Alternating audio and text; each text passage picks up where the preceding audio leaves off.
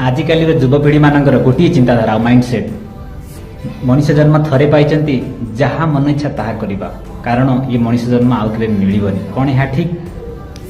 बहुत अनुभव पर गोटे कथा सामना को आसला। हाँ मनुष्य जन्म आम थरे पाई आम आम लक्ष्य स्थल को पाइबापी आमको कौन सी परिस्थिति को भी जीवाक पड़ो किंतु से परिस्थिति पाइबाक हेले निजर चरित्र आ निजर लक्ष्य को पाइबाक हेले निजक सठिक मार्ग में नवाक पड़ो जो केबे कालिर दिन में कहीं केबे क्वेश्चन करें कि ये लोकटा हूँ भूल।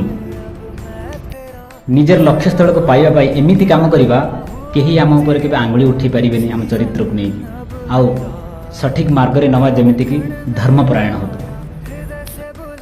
आउ हाँ जदि आम धर्मपरायण हो काम न करवा गोटे मिनिट भी लगे भगवान आमको ये संसार नापी यहाँ ही निराश सत्य।